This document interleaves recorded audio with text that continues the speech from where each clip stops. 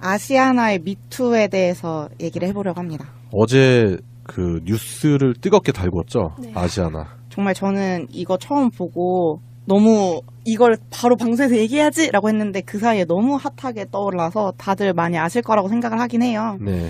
근데 이게 어떤 일이었냐면 그 아시아나 항공사 내에 직장에서 본인 인증 같은 거를 걸쳐야지만 들어갈 수 있는 그 익명 블라인드 게시판이 있는데 네. 그 게시판에서 이 서 검사님의 사건을 이유로 우리도 이제 미투 운동을 하자라는 식의 그런 흐름이 뭔가 나오고 있는 그게 이전부터 블라인드 게시판 내에 금호 아시아나그룹의 박삼구 회장에 대한 그런 성희롱과 성추행에 대한 이야기가 꾸준히 올라오고 있었는데 이게 이번 이 흐름 기회에 뭔가 터지게 된 거예요. 그 아시아나그룹의 첫째 주 목요일날 여승무원들을 만나러 이렇게 온대요. 근데 그러면은 의도가 존나 더러울 것 같아. 아침에 오는데 새벽 한 7시 반쯤에 온다고 하는데 그때 되면은 이제 그 관리자들이 파트장이나 본부장 같은 관리자들이 이제 여승무원들에게 이렇게 하라라고 교육을 시키는데 그 내용이 뭐냐면 그 1층 로비에 원 모양으로 둘러싸서 손뼉을 마구 치면서 회장을 모시는 거래요. 그래서 회장이 이렇게 오면은 이렇게 껴안거나 이렇게 손을 주무르면서 인사를 하는데 그거를 다 기쁜 마음으로 받아들여야 되고. 잠깐, 기쁜 마음까지 강조해? 당연하죠. 이렇게 그런 척을 해야 된다. 반가워해야 된다라는 식으로 계속 얘기를 한대요. 그게 뭐 박 회장이 양팔을 벌리면 달려가 안겨야 된다라고 얘기를 했다는 게 굉장히 충격이었는데 그런 교육 말고도 30분 전부터 소리를 지르면서 온몸으로 달려가 팔짱을 끼면 안겨야 된다라고 교육을 시킨대요. 미친 회사인데? 저 김정일인 줄 알았어요. 아니 김정일보다 더해. 난 세상에 어떤 독재 예전에 그런 건 있었어요. 그 창기 십자가라고 사이비 종교 완전 개사이비 종교 있는데 거기가 그런 식이야. 그러니까 저는 이거 보면서도 이게 남한 얘기가 맞나? 북한 얘기 아닌가 싶었어요, 정말로. 그러니까요. 네, 당사자들의 그 한겨레에서 이렇게 취재한 거를 보면은 정말 100m 달리기 하듯이 막 소리를 지르면서 달려가야 된대요. 달려가서 팔짱을 끼면 이제 좀 신체 접촉도 있고 한데 그런 거를 교육원에서 교육을 시킨다는 게 일단 말이 안 되는 것 같고 네. 그걸 안 하고 있으면 뒤에서 본부장이나 관리자들이 이렇게 좀 하라고 뒤에서 이렇게 옆구리를 쿡쿡 찌른대요. 뭔가 싫은 티를 내면 야 너 달려가 막 야 이러면서 너 뭐 하는 거야 표정 관리해 이런 식으로 그거에 굉장한 수치심을 느꼈고 네. 또 그 회장 자체도 이거를 그러니까 본부장들이 뭐 알아서 회장님 기분 좋으려고 해주는 게 아니고 회장 자체도 자기 기받으러 왔다고 여승무원들이 있는 곳에 가서 이제 막 한 20-30분 동안 껴안고 있는다든지 여승무원 그 20대 초반 여승무원들만 따로 불러서 얘기를 나눈다든지 하는 거를 계속 하고 있다고 해요. 이 또라이 새끼인데? 그러니까 그게 너무 충격이었는데 네. 이거 말고도 이렇게 연례 행사처럼 이거는 거의 매달 하는 거고요. 네. 연례 행사처럼 매년 1월마다 북한산 등산을 하는데 그때 예. 올라가는 여성 승무원들 조가 있고 내려가는 조가 있어서 그 여성 승무원들이랑 그 조랑 같이 등산을 하고 그리고 그 중간에 있는 별채에서 여성 승무원들한테만 세배를 받고 세뱃돈을 줘요. 뭐?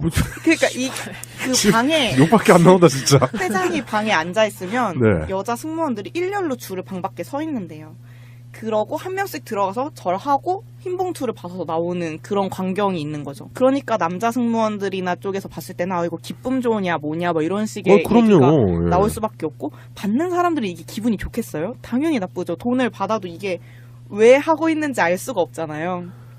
그래서 이번에는 근데 올해는 행사에 참석을 안 했다고 하기는 해요. 건강이 안 좋아지셨나? 네, 나이가 있으시다 보니. 그리고 또 하나 그 가을 행사가 있는데 네. 그 행사에는 또 빼놓을 수 없는 그 장기자랑이 그 성심병원이 한창 이슈가 됐었을 그렇죠. 때. 예, 장기자랑 그 간호사 논란이 있었죠. 이때 예. 그 아시아나 승무원들끼리는 우리가 원조다라며 이렇게 좀 씁쓸한 얘기를 했다고 해요. 그 여기서도 장기자랑을 강요하는 분위기가 성심병원처럼 확실히 있었고 여기는 근데 제가 봤을 때 성심병원보다 굉장히 심각한 수준인 것 같아요. 그 전체적인 회장의 만행들을 봤을 때. 네. 그래서 사실 이 사건 이후로 미래에셋에서도 이제 얘기가 나왔는데 점점 퍼져 나가고 있는 게 보여요. 처음에는 그 검사에서 시작했다가 이제 국회의원들 다른 의원들 중에서도 지방의원이나 해서도 얘기가 나왔잖아요. 그 뭐 노래방에서 뭐 성추행을 당했다라는 얘기도 있었고 뭐 네. 그런 얘기가 있다가 이제 각종 회사들로까지 퍼지고 있는데 이게 그 한샘 때보다 더 뭔가 파급력이 크게 느껴지는 게 사실 성심병원 때도 아시아나가 터질 수 있었고 한샘 때도 터질 수 있었잖아요. 근데 이번 사건에 터진 이유가 제가 생각했을 때는 조금 더 권력 관계에 집중이 되어 있는 그 말단 사원과 뭔가 고위 직원보다도 더 심하게 안 그래도 비행기 내에서 성희롱이나 성차별을 많이 당하고 있는 그 승무원과 그 회장의 관계의 그 수직적인 게 굉장히 더 심하잖아요. 네. 근데 그게 이제 검사라는 그런 여성으로서 가질 수 있는 굉장히 높은 지위에 있는 거잖아요. 어떻게 보면 사회적으로. 네. 거기에서 사건이 터졌을 때 뭔가 이제는 말할 수 있다라는 분위기가 나온 것 같기도 했어요. 네. 애초에 미투 운동이 아까 정민님께서 얘기하셨던 것처럼 단순 성폭행이라기보다는 좀 더 사회적인 권력 구조 문제가 좀 더 있는 운동이었잖아요. 네. 이게 원래 2017년도 10월에 영화 감독이었던 하비 와인스타인의 성폭력이랑 성희롱을 비난하기 위해서 이제 외국에서 시작된 건데 이 사건 이후로 이제 뭐 가수계나 아니면 뭐 헐리우드 배우들이나 그런 외국에서 이렇게 퍼져왔던 거고 이게 처음 우리나라에서도 많은 뭐 문당내 성폭력이나 뭐 영화계 성폭력 이런 걸로 미투가 나오긴 했었는데 이 정도로 선풍적인 그 이슈를 만들어내지는 못하다가 이번에 뭔가 서검사의 이야기가 그 한국 미투 운동의 시작이라고 불릴 만큼 뭔가 이슈가 되고 있는 것 같아요. 그런데 이런 문제 제기가 결국엔 아까도 우리가 얘기했었던 명예훼손으로 한 방에 갈 수가 있는 부분이 있기 때문에 그 명예훼손 논란 있잖아요. 네. 그런 부분에 대해서 법적인 그 재검토가 필요하지 않을까 그런 생각도 해요. 아, 맞아요. 예, 이렇게 왜냐면은 이런 피해자들이 법적인 그런 절차를 밟는다는 게 그렇게 쉬운 일은 아니거든요. 그럼요. 왜냐면 그 안에서 안 하는 사람도 있을 거고 하는 사람도 있을 거고 하는 사람들이 소수다 보면은 결국에 큰 권력 집단이랑 맞서야 되는 상황이기 때문에 보통은 포기하고 그렇기 때문에 이제 소소하게 얼마나 억울한 마음이 들겠어요. 그래서 그런 부분을 표출하면 그것도 잡아내서 명예훼손으로 걸어버리고 진실임에도 불구하고 그렇기 때문에 이런 부분에 대한 그 법적인 재검토도 필요한 상황인 것 같고 미투 운동이 확산되고 있어요. 제가 봐도 많이 확산되고 있고 저 또한 이제 사회생활을 한 20년간 해보다 보니까 제가 봤었던 케이스들이 막 떠오르더라고요. 봤었던 케이스. 저도 아닥하고 있었을 때도 있었지만 어쩔 때는 문제 제기를 하고 같이 싸워준 적도 있었었는데 그런 부분들이 막 생각이 나더라고요. 그래서 앞으로 정말 아예 없어질 수는 없겠지만 이게 너무 많다라는 거죠. 지금 현재. 그렇기 때문에 이런 부분이 분명히 개선돼야 된다. 이것도 적폐다. 저는 이렇게 생각이 들더라고요. 맞아요. 그 직장 내에 뭐 성희롱 내담자를 대상으로 설문조사를 했을 때 응답자 중에 57%가 성폭력 문제 제기로 회사에서 불이익 조치를 받았다고 답을 했대요. 네. 이런 그 정황이 있으니까 사람들이 얘기를 못하는 것도 있고 그리고 성폭력이 사실 직장 내 성폭력뿐만이 아니더라도 가해자가 본인의 우월한 지위를 이용해서 피해자를 착취하는 범죄라는 측면에서 사실 남녀 문제가 아니라 확실한 이거는 권력 관계 문제거든요. 네. 그래서 항상 그렇잖아요. 그 밤늦게 돌아다니지 말라라는 말이 그 자체로도 멍청한 말이지만 더 의미가 없는 게 사실 성폭력은 안면이 있는 사이에서 당하는 경우가 확률적으로도 훨씬 많거든요. 네. 근데 그런 경우에는 절대로 친척이나 아니면 교사나 이런 식의 그 권력 관계 안에 있었고 남자 같은 경우에도 성폭행을 당하는 경우에는 뭐 거의 군대 선임이거나 뭔가 여성 상사거나 하기 때문에 이런 직장 내 성폭력이 명백한 갑질이라는 거를 사람들이 인식을 해야 되고 약자를 내 마음대로 할 수 있다는 생각에서 비롯된 게 그게 성적으로까지 가는 거기 때문에 이거를 단순한 그냥 뭐 흔한 성폭행 문제, 성폭력 그냥 뭐 여성의 뭐 피해자, 뭐 꽃뱀 막 이런 식의 문제들로 생각하기보다 좀 더 사회적인 권력 문제로 생각하는 게 제3자들이 피해자들이 목소리를 내기에도 목소리를 내고 나서의 그 사후 문제 해결에 대해서도 좋은 영향을 낼 수 있을 것 같아요. 네. 이 미투 운동이 그래서 의미 있는 효과를 내려면 그 얘기가 있어요. 미 퍼스트, 위드 유 운동과 병행이 되어야 된다고 하는데 사실 이 말이 별로 많이 들어보진 못했잖아요. 근데 미투는 나도 그랬어 라고 얘기를 하니까 제가 아까 전에 얘기했던 그 공감수가 많던 댓글이나 뭐 트위터에서 봤을 때 가해자 처벌을 위해서 그러니까 아까 얘기한 것처럼 뭐 정치적이거나 아니면은 뭔가 자신의 개인적인 이익을 위해서 피해자 코스프레를 하는 게 아니라면 너가 원하는 거는 가해자의 사과 아니면 처벌일 것인데 네. 그 가해자를 명백히 제시하지 않고 그냥 나 이거 당했어 뭐 카더라식으로 얘기를 하는 거가 이상하다라는 식으로 뭔가 많이들 얘기하는데 그런 사람들이 얘기할 수밖에 없는 거는 명예훼손 때문에 아까처럼 얘기한 것처럼 명예훼손 때문이고 내가 먼저 얘기해주고 같이 있다라는 거를 사람들이 얘기해주는 그런 직장 내 문화 지지해주는 그런 문화가 빨리 자리를 잡아야 된다는 생각을 하고 이 미투 운동이 그거에 굉장히 의미 있는 첫걸음을 하고 있다고 생각을 합니다. 네. 아까 이 작가님이 그런 말씀하셨잖아요. 수수방관한 사람들 아니면 알고서도 그냥 모른 채 썼던 사람들 그 사람들도 가해자일 수 있습니다. 예, 그렇기 때문에 지금 뭐 아시아나뿐만 아닌 것 같아요. 지금 뭐 아시아나에서 불거져 나오는 이런 문제들을 통해서 다른 곳에서도 또 이런 피해 사례들이 많이 또 나와서 확산이 될 것 같고 미투 운동이 아까 양세병님이 말씀하셨던 미 퍼스트 위드유 그런 운동이랑도 접목돼서 확산이 돼야 될 필요가 있다. 저는 그렇게 생각이 드네요. 입에 참아 담기 힘든 그 이름 홍준표와 류여의 얘기를 해볼 건데 일단 홍준표 대표가 MBN의 자유한국당 당사 취재를 거부한다라는 통보를 했어요. 지금 그게 문제가 되고 있죠? 사실은요, 정말 이 두 사람의 모든 문제를 그냥 다 떠나서 생각할 때 사실 홍준표랑 류혜가 뭘 하건 뒤지고 볶건 진짜 관심 없거든요. 네. 네. 지들이 뭘 하건. 네. 네. 그런데 일단은 저는 여기서 이제 짚고 넘어가고 싶은 게 홍준표가 언론을 대하는 태도. 네. 그렇죠. 과거 아니죠. 최근에 그런 얘기 했었잖아요. 뭐 SBS 관련한 얘기도 있었고 그다음에 경남일보 관련한 그런 얘기도 있었는데 지금 MBN도 그런 식으로 생각을 하는 것 같아요. 자신에게 조금 불리한 보도를 했다고 해서 그 언론 자체를 자기 당사에 출입 못 시키게 하는 그런 조치? 이게 과연 그 당대표가 할 만한 조치일까요? 그리고 거기도 또 쪼잔하게 그 기사 내용 전체를 문제 삼기보다는 자기가 할 말이 또 없으니까 그 단어 하나 잘못돼서 오보된 거 그거 가지고 물고 넘어지는 거잖아요. 네.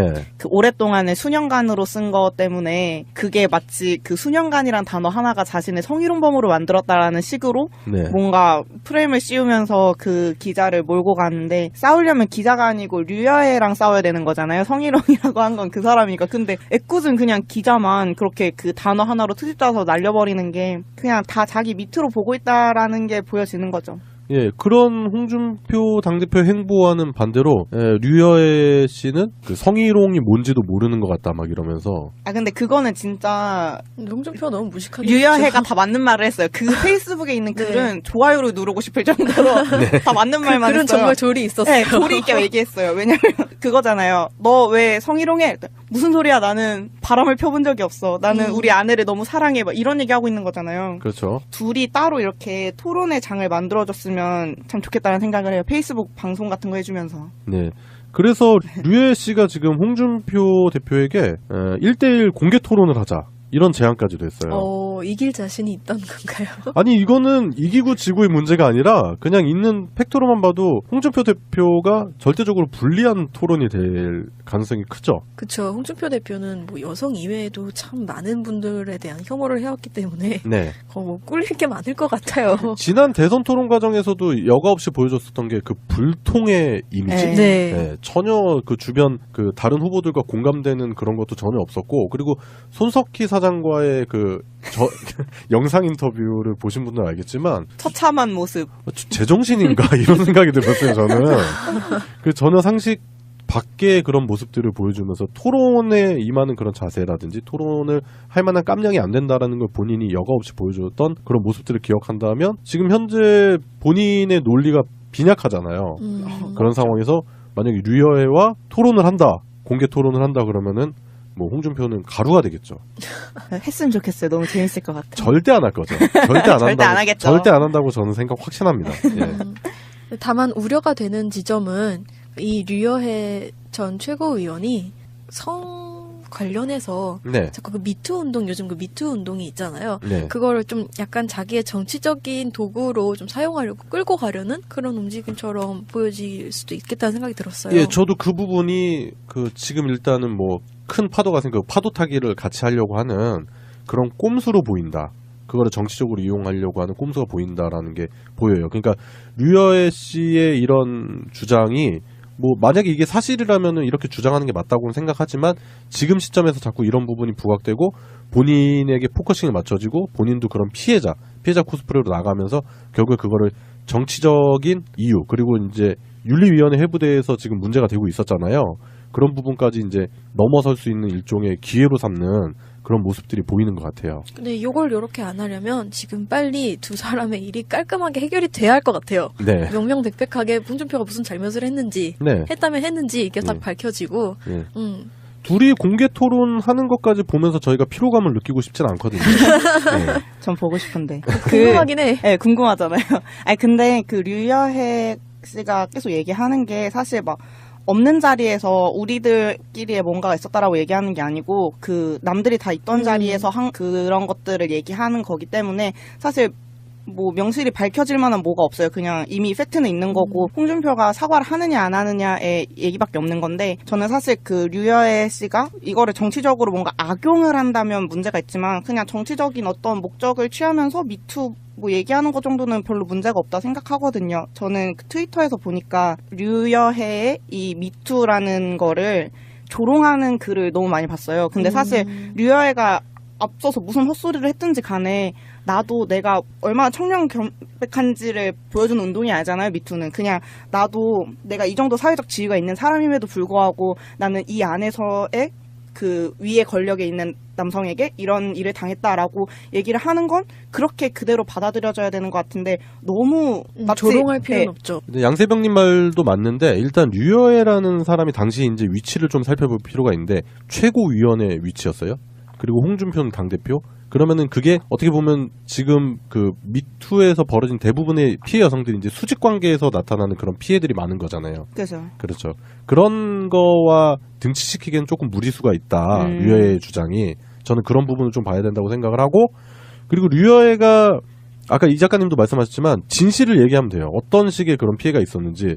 그 뭐 주모 발언이라든지 그런 부분 얘기했는데 추가적으로 더 많은 뭐 사례가 있다면 그런 사례를 낱낱이 오픈을 하고 그거에 대해서 그 홍준표의 정식적인 사과를 요청을 하는 게 맞는데 지금 1대1 공개 토론을 제안하는 것 자체가 그런 행위 자체가 그렇게 순수한 의도로 보이지가 않아요. 저는. 그렇죠. 이슈를 만들려고 하는 거죠. 주목을 받으려고 하는 게 보이긴 하죠. 네.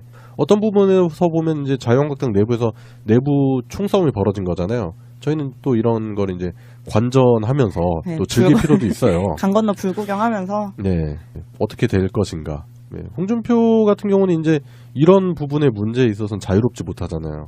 일단 국민 발정제가 돼버리셔가지고 그렇기 때문에 이제 본인의 핸디캡으로 이제 정치적 핸디캡으로 작용할 수 있는 부분인데 그걸 류여해가 잘 물어뜯고 있는 것 같다라는 생각도 들어요.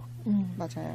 이 기회에 홍준표도 좀 보내버리기. 정신을 좀 차렸으면 홍준표가 정신 차릴까요? 정신을 못 차리니까 차릴 그냥 만큼, 보내버려야 될 것 같은데. 네, 맞아. 보내버리는 게 빠르겠네요. 네, 이미 너무 갔어요 그분은. 네, 그렇기 때문에 일단은 뭐 이 부분 그 특별히 애청자분들께 전달해드리기 꽤 불쾌한 얘기긴 하지만 한번 다룰 필요가 있을 것 같아서 한번 가져와 본 이슈인데 뭐 일단 홍준표가 사과를 할 것인지 아니면 진짜 1대1 공개 토론에 대응을 할 것인지 아니면 그냥 무시하고 갈 것인지 뭐 그런 부분 세 가지 전략밖에 없는 것 같은데 공개 토론하다가 사과하는 방식도 괜찮네요. 아 미안하다고.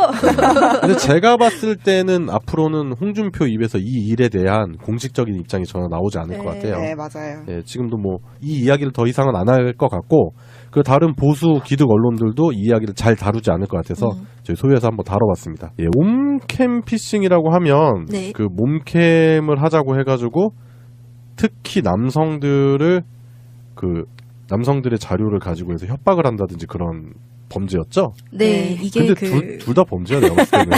둘 다 바보야. 왜, 네, 그렇죠. 왜 옷을 막 벗고 그래? 캠 앞에서 당당한가? 이게 좀 더 자세히 말씀을 드리자면 몸캠 피싱이라는 게 해커가 조건 만남 여성으로 우선 가장을 합니다. 네. 그래서 그렇게 해서 접근해가지고 남성들한테 온라인 채팅 등으로 음란 영상을 주고받자. 네. 이렇게 해서 주고받는 과정 속에서 악성 프로그램을 몰래 심어가지고 정보를 빼내는 범죄 수법이에요. 네. 네. 근데 이번에 지금 논란이 되고 있는 건 육군 장성을 포함한 전현직 군 관계자들의 개인정보 6천여 건이 무더기로 해킹돼서 중국 등의 해외로 유출된 사실이 확인된 거예요. 고위 장교들. 네. 이겠네요. 그래서 이 리스트에는 군 출신의 현직 청와대 고위 관계자 개인정보도 포함돼 있고요. 네. 그래서 이를 뒤늦게 파악한 군 당국은 지금 이 개인정보뿐만 아니라 각종 군 기밀사항이 같이 유출됐을 가능성이 있지 않을까 이래서 지금 진상 파악에 나섰습니다. 그 송병호님 기술적으로 그 몸캠 그러니까 내가 가진 컴퓨터에서 캠을 켜서 누군가 접속을 했을 때 그 상대방이 내 컴퓨터에 있는 자료나 이런 것들을 해킹할 수 있는 게 가능한가요? 해킹의 주요 목적이죠. 그렇다면은 여기서 유추해 볼 수 있는 게 그 해킹을 당했다라고 하는 사람들이 아니면 그 사람들 중 일부가 이런 몸캠 사이트에 접속을 했다라는 얘기네요?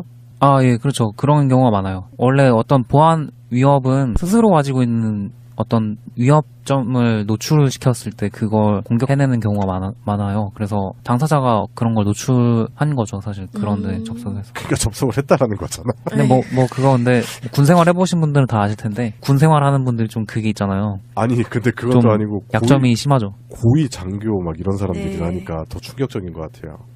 이걸 발견한 게 네. 그 온라인 피싱 문제 예방 및 해결 전문 비영리 단체인 사이버 보안 협회예요. 네. 그 지난해 9월부터 올해 1월 초까지 조사를 했고요. 네. 피싱 범죄에 사용된 미국, 중국, 홍콩 등의 해외 서버를 추적했는데 여기에 전현직 간부와 병사 6,081명의 연락처 등 개인정보가 기록된 자료를 확보했다라고 지금 1일 밝혀진 거예요.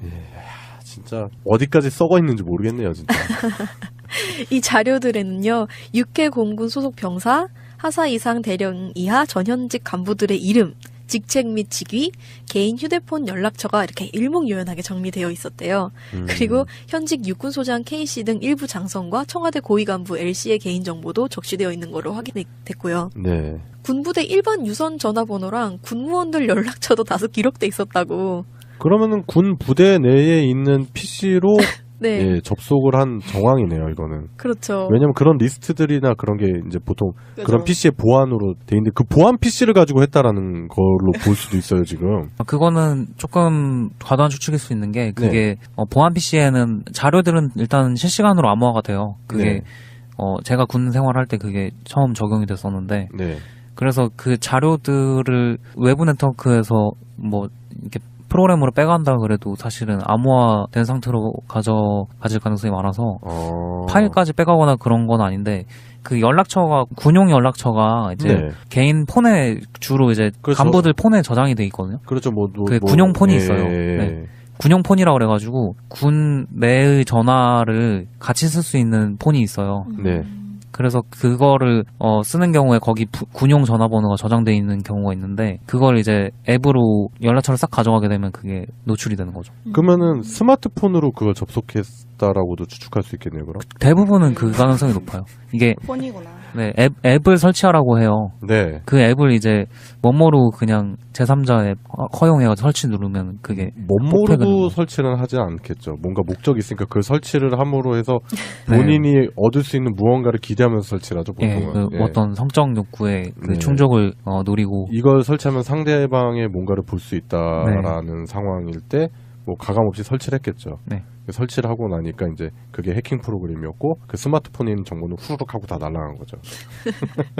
사실은 이게 그냥 해킹 당한 걸 수도 있지 않느냐 뭐 이렇게 근데 사실은 그냥 해킹 당했어도 문제인 거지만 그렇죠. 가장 기함할 만했던 문제가 이게 몸캠 피싱을 통해서 해킹이 된 것 같다라고 지금 추정이 되고 있기 때문이잖아요. 네. 근데 이게 어떻게 된 거냐면 협회가 이렇게 추정하고 있는 이유가 있더라고요. 어떤 피해자가 신고한 악성 프로그램을 추적했어요. 근데 이 피해자가 몸캠 피싱 피해자였겠죠. 네. 근데 그분이 제보한 악성 프로그램을 추적했는데 그게 최종적으로 해외 서버에 이뤘고 여기에 저장되어 있던 개인정보들이 그 군 관련 개인정보들이었다는 거죠. 아 진짜 어이가 없네요. 근데 국방부 입장도 발표가 됐더라고요. 네. 뭐 이렇게 확인이 돼서 지금 진상 규명을 하고 있는데 뭐 언론들께서는 이런 몸캠 피싱 이렇게 막 너무 자극적인 이런 거 하지 마시라 막 이런 얘기를 하고 있는데 제가 봤을 때는 이제 군 내부에서 스마트폰을 다 압수를 하고 투지폰을 써야 돼요. 그 정도까지인가요? 투지폰이나 아니면 예전에 그 PCS 있죠. 막 애니콜 시대. 아니 그렇게 해야만 아니, 예방이 되나요? 아니 뭔가 휴대폰을 볼 수 없어야지 이것들이 이런 짓을 안 하지. 딱 봐도 정황이 그렇잖아요. 네.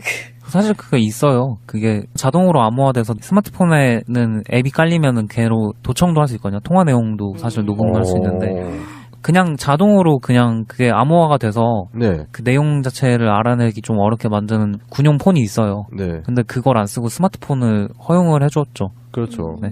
왜냐면 스마트폰이 편하니까. 그 예전에 뭐 송병호님도 기억하실지 모르겠지만 우리가 원래 훈련 상황이나 이럴 때는 가급적이면은 그 유선 시설 있잖아요. 군 내부에 있는 유선 시설이나 무선 장비를 써야 되는데 조금 답답하면 바로 다 휴대폰 꺼내가지고 통화해 버리잖아요. 훈련 상황에 간부들은 그렇죠. 네, 그런 부분들을 생각한다면 지금 현직도 뭐 이제 스마트폰 시대이기 때문에 다 그러지 않았을까라는 생각도 들어요. 그래서 사이버보안협회에 따르면요. 사실 6,081명으로 끝날 일이 아니더라고요. 매달 10명 정도 군인들이 피싱, 특히 몸캠 피싱에 걸려들고 있는 것으로 파악되는 아이고. 상황이고요. 네. 이번 건 말고도 드러나지 않은 유출 피해가 더 있었을 것으로 보인다고 합니다. 이게 솔직히 일반인이 당해도 이 피해자 자체도 되게 부끄럽고 부도덕하게 이렇게 지적될 수 있는 문제잖아요. 네. 그래서 이번 케이스는 조건 만남 여성을 성매수하기 위해 시도했다가 몸캠 피싱에 걸려든 것이기 때문에 훨씬 더 부끄럽고 또 화가 나는 일이죠. 그렇죠. 그런데다가 그 정보들이 해킹이 돼서 네. 군 내부 정보들이 해킹이 돼서 해외로 유출이 돼버린 사건이기 때문에 이건 그냥 단순히 뭐 몸캠 피싱 피해 뭐 해킹 이런 부분을 떠나서 군 내부 기강 문제랑도 연결이 될 수 있는 거거든요. 지금 보안이 이렇게 취약하게 뚫린다라는 건 심각한 문제라고 생각이 됩니다. 그래서 이제 새 정부에서 이제 국방개혁이라든지 이런 부분도 지금 천명을 해놓은 상태고 과거 그 적폐 기간 동안 그 군 내부의 적폐도 엄청나게 많이 쌓여 있기 때문에 이런 부분 통해 가지고 그 새로운 국방개혁, 그 새로운 국방, 더 단단한 국방을 만들기 위해선 이런 부분도 발본색원해서 조사를 해야 된다. 그런 생각이 드네요. 사실 현재 확인된 거는 신상 정보 유출뿐이지만 아까 네. 말씀하셨던 것처럼 뭐 그 폰을 좀비폰 같은 네. 걸로 만든다던가 네. 하면 좀 더 많은 정보를 빼갈 수 있는 것 아닌가 이런 우려를 하고 계시는 분들도 정말 적지 않고요. 네. 이게 뭐 기강회의 정도로 설명할 수 없는 진짜 약간 잘못된 성관념이 이미 거기 박혀 있고 그것이랑 더해서 기강회의가 같이 더해져가지고 나온 정말 화가 나는 일인 것 같아요. 네. 그러니까 이제 군 간부들도 주기적으로 성교육이라든지 네. 이런 거 받아야 될 것 같아요. 이거 받아야 될 것 같아요. 진짜로. 성상담이라든지 이런 거. 수가 너무 많아요. 아직까지 충격인 건 그 6,800 그 숫자예요. 그 받침해줄 수 있는 그 의료진 자체가 좀 많이 부족할 수도 솔직히 있겠네요. 몇십 명이면 그냥 그랬구나 이러고 넘어갈 것 같은데 너무 심해요. 아니면 전자발찌를 채워버려 이것들을. 에이 그것 좀 심했다. 네. 그래요. 이 작가님이 가져오신 시사 몸캠 피싱과 기밀 누설에 관한 이야기인데 일단은 좀 더 조사가 이루어져야겠죠. 네, 좀 더 그렇습니다. 조사가 이루어져야 될 것 같고 근본적으로 원인이 무언지 군 내부에서 해결책을 못 내놓으면 안 될 그런 상황인 것 같아요. 좀 심각한 상황이네요. 그냥 뭐 단순히 웃고 넘길 만한 해프닝은 아닌 것 같다. 네. 그런 생각이 들고 뭐 또 야속하게도 많은 언론에서 이 부분을 무시하고 넘어가고 있다. 예, 그런 부분도 많이 아쉽네요. 예. 일단은 저번 시간에 말씀드렸듯이 일단 네이버에서 경찰에 수사 요청을 했고 31일에도 더민주당에서도 제가 말씀드렸던 그 매크로를 사용한 공감 숫자를 올리는 그 범죄에 가까운 행위죠. 네. 네. 그런 행위를 하고 있다는 의심 자료를 경찰에 제출을 했고 네. 수사 의뢰를 했다는 소식입니다. 메이저 언론에서 이제 기사가 나오는 것들로는 다른 거랑 조금 약간 엮어가지고 기사를 만들더라고요. 그래서 비트코인, 블록체인 기술에 대한 약간 그 규제를 하는 거랑 이거랑 또 같이 엮어가지고 뭔가 좀 너무한 것 같다는 식으로 좀 약간 기사를 쓰고 있긴 한데 네. 지금 더민주당에서는 어쨌든 그 자료만을 이제 수집을 해서 그런 정황이 있을 거다라는 4가지 이유를 명확하게 딱 만들어서 이제 수사 의뢰를 한 거기 때문에 무리가 있다고 느껴지지는 않고 이미 네티즌 사이에서도 이거에 대해서 어떤 논의가 좀 시작이 된 것 같아요. 시기상으로 맞는 수사 의뢰인 것 같고 네. 사실관계가 조금 이제 확인이 되고 나면 정당한 건지 아닌지 이제 드러나겠죠. 저번에 이제 다 말씀드렸기 때문에 네. 조금 이제 다른 내용을 말씀드릴게요. 지금 이제 댓글에 대한 논란이 이제 여러 가지가 있는데 댓글이 신고 기능이 있잖아요. 네네. 근데 그 신고 기능이라는 게 일단은 법적인 근거가 있어요. 법적인 개인정보법을 보면은 개인정보법 18조의 2에 보면 신고를 이제 하는 건데 원래는 법에는 이제 행안부에 신고를 하게 돼 있어요. 행안부 장관에게 네. 신고를 하게 돼 있는데 그거를 이제 업체 측에서 대리식으로 이제 편하게 할 수 있게 사용자가 편하게 할 수 있게 만들어주는 거죠. 그게 이제 신고 기능이라는 걸로 압축이 되는 거고. 네. 근데 그 법을 잘 보면은 무엇을 신고할 수 있느냐가 나오는데 개인정보에 관한 권리 또는 이익을 침해받을 수 있는 자가 신고를 하게 돼 있어요. 그런 자기 권리나 이익을 침해당한 당사자가 그걸 신고를 하게 되어 있고 그런 것들은 이제 권리나 이익을 침해받는다는 게 굉장히 좀 넓은 개념이잖아요. 그게 이제 구체적으로 설명이 안 되면은 좀 해석이 애매모호하게 나올 수도 있겠네요. 네. 그거를 사실은 그 입증의 책임이 있잖아요. 이런 것들을 신고를 할 때는. 네. 그래서 본인이 어떤 권리와 이익을 침해받았는지 사실은 설명을 해야 될 그 의무가 있어요. 네. 네. 신고 내용을 사실은 잘 들여다보면은 신고를 받아주는 입장에서 그걸 잘 들여다보면 많은 사실을 알 수 있게 되죠. 사실은 이제 그 댓글들을 보면은 두 가지로 나뉘어요. 신고가 되고 나서 이게 그냥 접힘이 되는 댓글이 있고 네. 완전 삭제돼서 내용을 볼 수가 없는 댓글이 있어요. 네.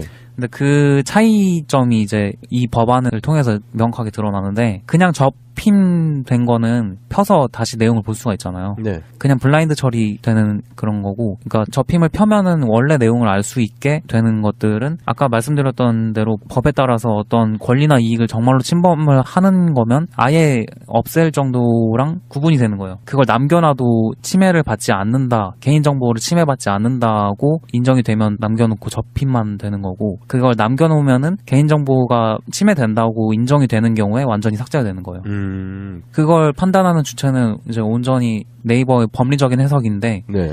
그러니까 그게 이제 까놓고 말하자면 그런 거예요. 사실하고 약간 무관하게 단순 비방하는 것들은 접힘이 되고, 네. 그렇게 생각하시면 되고, 완전 팩트 폭력인 거 있잖아요. 네. 사실에 완전히 연결되어 있는 내용들은 삭제가 된다고 보시면 돼요. 여러 사람이 봤을 때 안 좋은 게, 그러니까 네. 직접적으로 권리나 이익을 침해받는 거죠. 그 사람이. 당사자가. 사실을 올렸는데, 네. 사실을 올린 게 그 당사자한테 피해가 가게 되면, 네. 그게 법적인 문제가 되는 거여서 그걸 삭제할 수밖에 없는 입장인 거죠, 네이버에서. 명예훼손. 네, 그렇죠. 네. 그게 이제 네. 사실을 적시한 명예훼손에도 네, 네. 연결이 되죠. 사실을 적시하더라도 그러니까 그런 식으로 게재가 되면은 그 사실을 적시한 사람도 처벌을 받을 수 있어요, 현행법으로. 그렇기 때문에 그게 조금 애매모호하죠. 법 자체에 대한 그 위헌성까지도 문제가 제기되고 있다고 하더라고요. 그래서 제가 실검 순위를 지금 네이버랑 다음 거를 비교해주는 프로그램을 제가 올려놨었는데, 아, 그래요? 저번 주에 어떤 분이 별점을 주셨더라고요. 네. 근데 그런 프로그램들을 만들 때 이제 좀 생각을 해볼 수 있는 게, 삭제된 거는 그러니까 사실에 가까운 거잖아요. 그럴 가능성 있는 글들. 네, 그래서 삭제된 글이 뭐냐, 네. 삭제된 댓글만 모아주는 프로그램을 만약에 만든다면 네. 우와, 그게 사실은 이제 팩트 추적기가 되는 거죠. 그러네. 네. 그렇죠. 그렇게 역으로 생각하면 또 그렇게 생각할 수 있겠네요. 네. 그럼 이제 당사자가 예, 예. 인정한 사실들이네요, 그건. 네. 어떻게 그렇죠, 보면. 그렇죠. 네. 그런 것들을 좀 고려를 해보시면은 네. 이제 네티즌 분들이 어디를 공격하셔야 되는지에 대해서 조금 이제 드러나는 것 같아요. 그러니까 네이버가 완전 다 잘못했다고 하는 것보다는 네. 어느 쪽으로 이걸 몰아가야지 사실 우리 네티즌 입장에서 뭐가 어떻게 이득이 될지 네. 그거를 한번 생각을 해보시면 좋을 것 같아요. 이번 사건을 통해 가지고 이제 책임자가 있을 거 아니에요. 네. 네, 그거에 대해서 이제 소식을 조금 알아왔는데 네. 이제 이거는 이제 뉴스에는 나와 있지는 않아요. 네. 근데 그 이제 댓글을 관리하는 그 담당자가 지금 이제 이 사건을 통해서 어떤 책임을 지기는 졌는데 그게 이제 해고를 당한 게 아니고 네. 그냥 1년 정직 처분에 그쳤다고 해요. 1년 무급정지겠네요. 네. 무급인지 유급인지 뭐 우리가 자세하게 들여다볼 수는 없는 내용. 그것까지는 네, 잘 모르겠는데 네.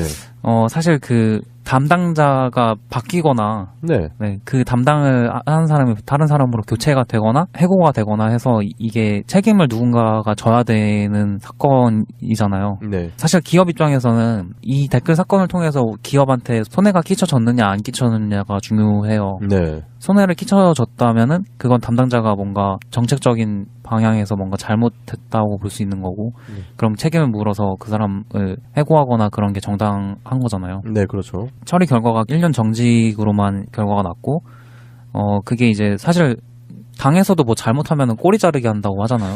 잘 들어보면 1년 정직이라는 게 솜방망이 처벌 아닌가요? 네, 그 점을 이제 말씀드리고 싶은 거예요. 이게 그 네이버 지금 대표인 한성수 대표가 네네. 그 사실 예전에 스포츠 쪽을 이제 담당할 때 댓글 쪽을 조작하는 사건이 있었는데 네. 그때 그것들을 책임자로 있으면서 그거를 방관하고 약간 오히려 약간 주도한 게 아니냐라는 문제 제기가 있었어요. 근데 그 사람이 지금은 이제 대표가 됐기 때문에 네. 내부에 징계위원회를 꾸리고 징계 방향을 결정할 때 주요한 역할을 하게 되어 있는데 그 결과가 해고가 아닌 1년 정직에 해당하는 솜방망이 처벌을 하게 된 게 한성수 대표가 여론 조작이나 댓글 조작에 너무 너그럽게 생각하고 그걸 할 수 있는 거다라고 생각하는 게 아니냐. 그렇죠. 안일하게 네. 지금 대응한다라는 모습이 보이고 네, 그렇게 볼 수가 있는 거죠. 마치 그 양아치 조폭 집단들이 그런 거 많이 하잖아요. 무슨 큰일 생기고 나면 야 너 한 1년 동안 일본에 갔다가 조용하면 다시 들어와.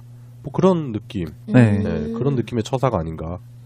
네, 그렇죠. 네. 근데 그런 것도 사실은 이제 꼬리 자르기를 하려면 제대로 네. 네, 잘랐다가 나중에 들어오라고 하든가 1년 정직이 뭐예요. 그러니까 정직이 뭐야. 에이, 네. 덜 자른 거야. 이렇게 덜렁덜렁 하고 있는 건가? 정이 많은가? 이 사람이. 그러니까 네이버 내부에서도 좀 이게 되게 중요한 일이다라고 생각은 하는데 네. 그거를 제대로 정말로 제대로 대책을 내놓고 있는가 그걸 좀 자숙을 좀 더 했으면은 예. 좋겠습니다. 예, 그래요. 네이버 댓글 조작 사건 지난주에 이어서 두 번째 시간인데 일단은 언론에 안 나온 얘기입니다. 네이버 현재 댓글 담당자가 1년 정직 처분을 받았다. 지금 언론에서는 다루고 있지 않죠. 그 네이버 쪽에서도 나올 만한 얘기는 아닌 것 같은데 일단은 저희 새날 소유방송에서 처음 보도를 드리는 부분이고요. 그리고 일단은 한성숙 대표 그분이 댓글에 대해서 어떤 입장을 취하고 있는지를 이번 처분을 통해서 또 알 수 있다. 그런 것까지 추측을 해본 것 같아요. 약간 그 정리가 살짝 헷갈리는 부분이 있는데 그러면 요 부분은 사실 댓글 부분은 네. 법적으로 처벌받기가 좀 어려운 부분이라고 하셨었던 거죠. 지난주에 그렇게 네. 결론이 됐- 네이버 입장에서는 그렇죠. 그럼 처벌받지는 않는데 네. 법적으로 처벌받을 뭐 그런 근거는 없으니까 네. 대놓고 도구로 사용한다. 이런 느낌이 그렇지만 들고. 만약에 지금 네티즌들이 주장하는 네이버 댓글 조작이 진실이라면 네. 뭐 그런 법적인 부분은 그런 부분이 없다라고 하지만 기업 이미지는 엄청나게 실추되겠죠. 그건 이제 기업 윤리랑 또 네. 네, 제가 여러 번 다뤘던 기업 윤리랑 연결되는 부분이고 네. 오뚜기 생각해 보시면 될 것 같아요. 네. 뭐 이물질 나왔다거나 했을 때 어떻게 오뚜기에서 대응을 하는지 네. 그런 거랑 비교를 해보시면 될 것 같습니다. 네, 그래요. 송병훈님이 준비하신 시사였는데요. 네이버 댓글 관련한 새로운 소식도 전달을 드렸던 것 같고, 그리고 현재 그 네이버 댓글 조작 사건이 앞으로 어떤 국면이 될 수 있을지를 예측할 만한 그런 내용이었었던 것 같아요. 일단은 뭐 처벌할 수 있는 방법은 없지만, 그렇지만 결국 이거를 네이버 측에서 주도를 했는지 아니면 또 다른 세력이 끼어 있는 건지 그런 부분까지도 우리가 확인을 해내야 된다. 그런 생각이 드네요. 의 관계 그 수직적인 게 굉장히 더 심하잖아요. 네. 근데 그게 이제 검사라는 그런 여성으로서 가질 수 있는 굉장히 높은 지위에 있는 거잖아요. 어떻게 보면 사회적으로. 네. 거기에서 사건이 터졌을 때 뭔가 이제는 말할 수 있다라는 분위기가 나온 것 같기도 했어요. 네. 그 애초에 미투 운동이 아까 정민님께서 얘기하셨던 것처럼 단순 성폭행이라기보다는 좀 더 사회적인 권력 구조 문제가 좀 더 있는 운동이었잖아요. 네. 이게 원래 2017년도 10월에 영화 감독이었던 하비 와인스타인의 성폭력이랑 성희롱을 비난하기 위해서 이제 외국에서 시작된 건데 이 사건 이후로 이제 뭐 가수계나 아니면 뭐 헐리우드 배우들이나 그런 외국에서 이렇게 퍼져왔던 거고 이게 처음 그 우리나라에서도 많은 뭐 문당내 성폭력이나 뭐 영화계 성폭력 이런 걸로 미투가 나오긴 했었는데 이 정도로 선풍적인 그 이슈를 만들어내지는 못하다가 이번에 뭔가 서검사의 이야기가 그 한국 미투 운동의 시작이라고 불릴 만큼 뭔가 이슈가 되고 있는 것 같아요. 그런데 이런 문제 제기가 결국엔 아까도 우리가 얘기했었던 명예훼손으로 한 방에 갈 수가 있는 부분이 있기 때문에 그 명예훼손 논란 있잖아요. 네. 그런 부분에 대해서 법적인 그 재검토가 필요하지 않을까 그런 생각도 해요. 맞아요. 예, 이렇게 왜냐면은 이런 피해자들이 법적인 그런 절차를 밟는다는 게 그렇게 쉬운 일은 아니거든요. 그럼요. 왜냐면 그 안에서 안 하는 사람도 있을 거고 하는 사람도 있을 거고 하는 사람들이 소수다 보면은 결국에 큰 권력 집단이랑 맞서야 되는 상황이기 때문에 보통은 포기하고 그렇기 때문에 이제 소소하게 얼마나 억울한 마음이 들겠어요. 그래서 그런 부분을 표출하면 그것도 잡아내서 명예훼손으로 걸어버리고 진실임에도 불구하고 그렇기 때문에 이런 부분에 대한 그 법적인 재검토도 필요한 상황인 것 같고 미투 운동이 확산되고 있어요. 제가 봐도 많이 확산되고 있고 저 또한 이제 사회생활을 한 20년간 해보다 보니까 제가 봤었던 케이스들이 막 떠오르더라고요. 봤었던 케이스. 저도 아닥하고 있었을 때도 있었지만 어쩔 때는 문제 제기를 하고 같이 싸워준 적도 있었었는데 그런 부분들이 막 생각이 나더라고요. 그래서 앞으로 정말 아예 없어질 수는 없겠지만 이게 너무 많다라는 거죠. 지금 현재. 그렇기 때문에 이런 부분이 분명히 개선돼야 된다. 이것도 적폐다. 저는 이렇게 생각이 들더라고요. 맞아요. 그 직장 내에 뭐 성희롱 내담자를 대상으로 설문조사를 했을 때 응답자 중에 57%가 성폭력 문제 제기로 회사에서 불이익 조치를 받았다고 답을 했대요. 네. 이런 그 정황이 있으니까 사람들이 얘기를 못하는 것도 있고, 그리고 아시아나의 미투에 대해서 얘기를 해보려고 합니다. 어제 그 뉴스를 뜨겁게 달궜죠. 네. 아시아나. 정말 저는 이거 처음 보고 너무 이걸 바로 방송에서 얘기해야지라고 했는데 그 사이에 너무 핫하게 떠올라서 다들 많이 아실 거라고 생각을 하긴 해요. 네. 근데 이게 어떤 일이었냐면 그 아시아나 항공사 내에 직장에서 본인 인증 같은 거를 걸쳐야지만 들어갈 수 있는 그 익명 블라인드 게시판이 있는데, 네. 그 게시판에서 이 서 검사님의 사건을 이유로 우리도 이제 미투 운동을 하자라는 식의 그런 흐름이 뭔가 나오고 있는, 그게 이전부터 블라인드 게시판 내에 금호 아시아나그룹의 박삼구 회장에 대한 그런 성희롱과 성추행에 대한 이야기가 꾸준히 올라오고 있었는데, 이게 이번 이 흐름 기회에 뭔가 터지게 된 거예요. 그 아시아나그룹의 첫째 주 목요일 날 여승무원들을 만나러 이렇게 온대요. 근데 그러면은 의도가 존나 더러울 것 같아.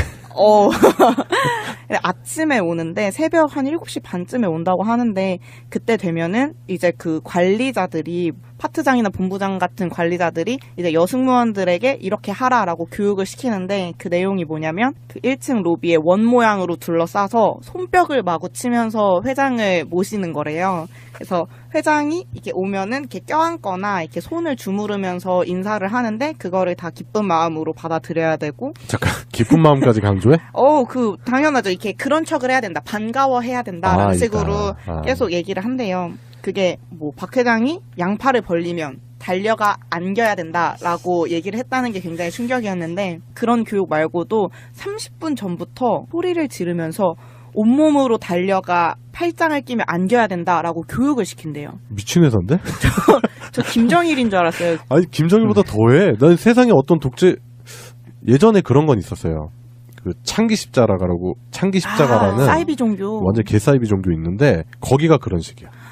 그러니까 저는 이거 보면서도 이게 남한 얘기가 맞나? 북한 얘기 아닌가 싶었어요, 정말로. 그러니까요. 네, 당사자들의 그 한겨레에서 이렇게 취재한 거를 보면은 정말 100m 달리기 하듯이 막 소리를 지르면서 달려가야 된대요.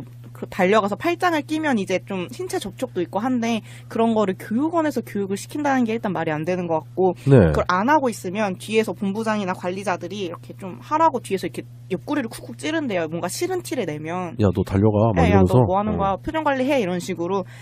그거에 굉장한 수치심을 느꼈고, 네. 또 그 성폭력이 사실 직장 내 성폭력뿐만이 아니더라도 가해자가 본인의 우월한 지위를 이용해서 피해자를 착취하는 범죄라는 측면에서 사실 남녀 문제가 아니라 확실한 이거는 권력 관계 문제거든요. 네. 그래서 항상 그렇잖아요. 그 밤늦게 돌아다니지 말라라는 말이 그 자체로도 멍청한 말이지만 더 의미가 없는 게, 사실 성폭력은 안면이 있는 사이에서 당하는 경우가 확률적으로도 훨씬 많거든요. 네. 근데 그런 경우에는 절대로 친척이나 아니면 교사나 이런 식의 그 권력 관계 안에 있었고, 남자 같은 경우에도 성폭행을 당하는 경우에는 뭐 거의 군대 선임이거나 뭔가 여성 상사거나 하기 때문에, 이런 직장 내 성폭력이 명백한 갑질이라는 거를 사람들이 인식을 해야 되고, 약자를 내 마음대로 할 수 있다는 생각에서 비롯된 게 그게 성적으로까지 가는 거기 때문에, 이거를 단순한 그냥 뭐 흔한 성폭행 문제, 성폭력, 그냥 뭐 여성의 뭐 피해자, 뭐 꽃뱀, 막 이런 식의 문제들로 생각하기보다 좀 더 사회적인 권력 문제로 생각하는 게, 제3자들이, 피해자들이 목소리를 내기에도, 목소리를 내고 나서의 그 사후 문제 해결에 대해서도 좋은 영향을 낼 수 있을 것 같아요. 네. 이 미투 운동이 그래서 의미 있는 효과를 내려면 그 얘기가 있어요. 미 퍼스트, 위드 유 운동과 병행이 되어야 된다고 하는데, 사실 이 말이 별로 많이 들어보진 못했잖아요. 근데 미투는 나도 그랬어 라고 얘기를 하니까, 제가 아까 전에 얘기했던 그 공감수가 많던 댓글이나 뭐 트위터에서 봤을 때, 가해자 처벌을 위해서, 그러니까 아까 얘기한 것처럼 뭐 정치적이거나 아니면은 뭔가 자신의 개인적인 이익을 위해서 피해자 코스프레를 하는 게 아니라면, 너가 원하는 거는 가해자의 사과 아니면 처벌일 것인데, 네. 그 가해자를 명백히 제시하지 않고 그냥 나 이거 당했어 뭐 카더라식으로 얘기를 하는 거가 이상하다라는 식으로 뭔가 많이들 얘기하는데, 그런 사람들이 얘기할 수밖에 없는 거는 명예훼손 때문에, 아까처럼 얘기한 것처럼 명예훼손 때문이고, 내가 먼저 얘기해주고 같이 있다라는 거를 사람들이 얘기해주는 그런 직장 내 문화, 지지해주는 그런 문화가 빨리 자리를 잡아야 된다는 생각을 하고 이 미투 운동이 그거에 굉장히 의미 있는 첫걸음을 하고 있다고 생각을 합니다. 네. 아까 이 작가님이 그런 말씀하셨잖아요. 수수방관한 사람들 아니면 알고서도 그냥 모른 채 했었던 사람들 그 사람들도 가해자일 수 있습니다. 예, 그렇기 때문에 지금 뭐 아시아나뿐만 아닌 것 같아요. 지금 뭐 아시아나에서 불거져 나오는 이런 문제들을 통해서 다른 곳에서도 또 이런 피해 사례들이 많이 또 나와서 확산이 될 것 같고 미투 운동이 아까 양세병님이 말씀하셨던 미 퍼스트 위드 유 그런 운동이랑도 접목돼서 확산이 돼야 될 필요가 있다. 저는 그렇게 생각이 드네요. 입에 참아 담기 힘든 그 이름 홍준표와 류여의 얘기를 해볼 건데 일단 홍준표 대표가 MBN의 자유한국당 당사 취재를 거부한다라는 통보를 했어요. 지금 그게 문제가 되고 있죠. 사실은요, 정말 이 두 사람의 모든 문제를 그냥 다 떠나서 생각할 때 사실 홍준표랑 유해가 뭘 하건 지지고 볶건 진짜 관심 없거든요. 네. 네. 지들이 뭘 하건. 네. 네. 그런데 일단은 저는 여기서 이제 짚고 넘어가고 싶은 게 홍준표가 언론을 대하는 태도. 네. 그렇죠.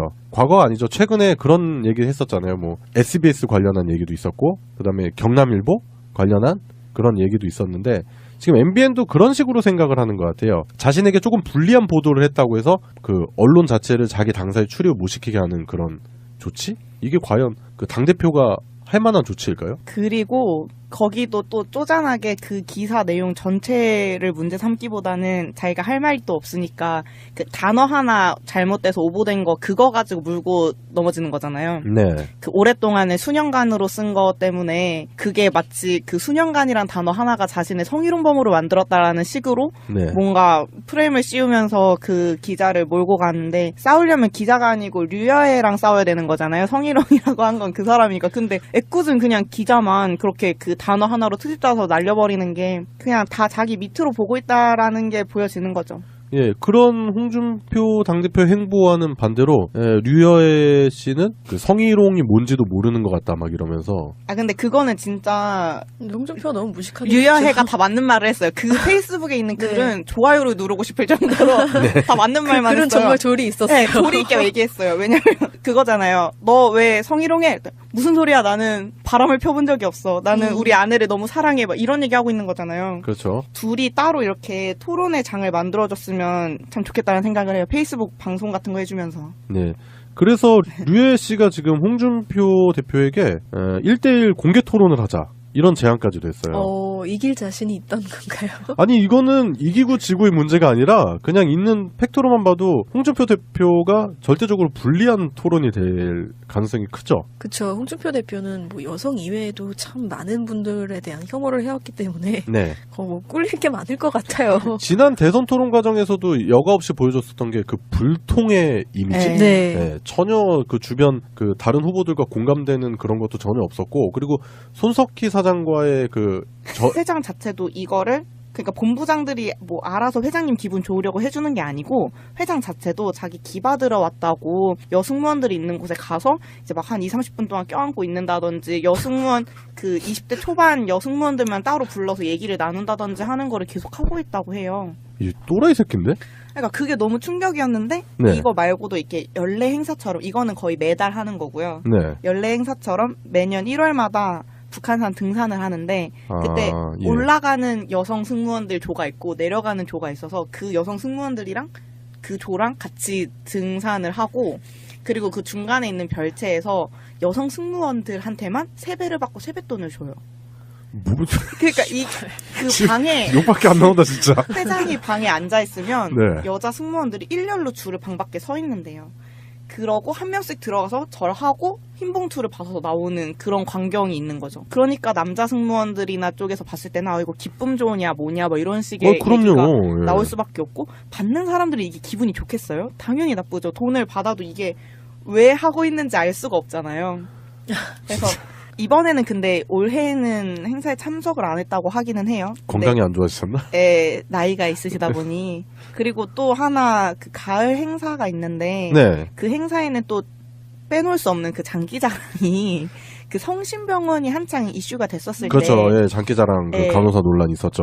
이때 예. 그 아시아나 승무원들끼리는 우리가 원조다라며 이렇게 좀 씁쓸한 얘기를 했다고 해요. 그 여기서도 장기자랑을 강요하는 분위기가 성심병원처럼 확실히 있었고, 여기는 근데 제가 봤을 때 성심병원보다 굉장히 심각한 수준인 것 같아요. 그 전체적인 회장의 만행들을 봤을 때. 네.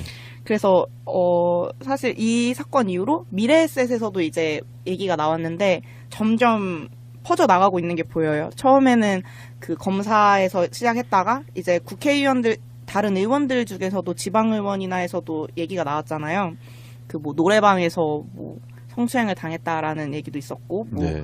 그런 얘기가 있다가 이제 각종 회사들로까지 퍼지고 있는데, 이게 그 한샘 때보다 더 뭔가 파급력이 크게 느껴지는 게, 사실 성심병원 때도 아시아나가 터질 수 있었고 한샘 때도 터질 수 있었잖아요. 근데 이번 사건에 터진 이유가 제가 생각했을 때는 조금 더 권력 관계에 집중이 되어 있는, 그 말단 사원과 뭔가 고위 직원보다도 더 심하게, 안 그래도 비행기 내에서 성희롱이나 성차별을 많이 당하고 있는 그 승무원과 그 회장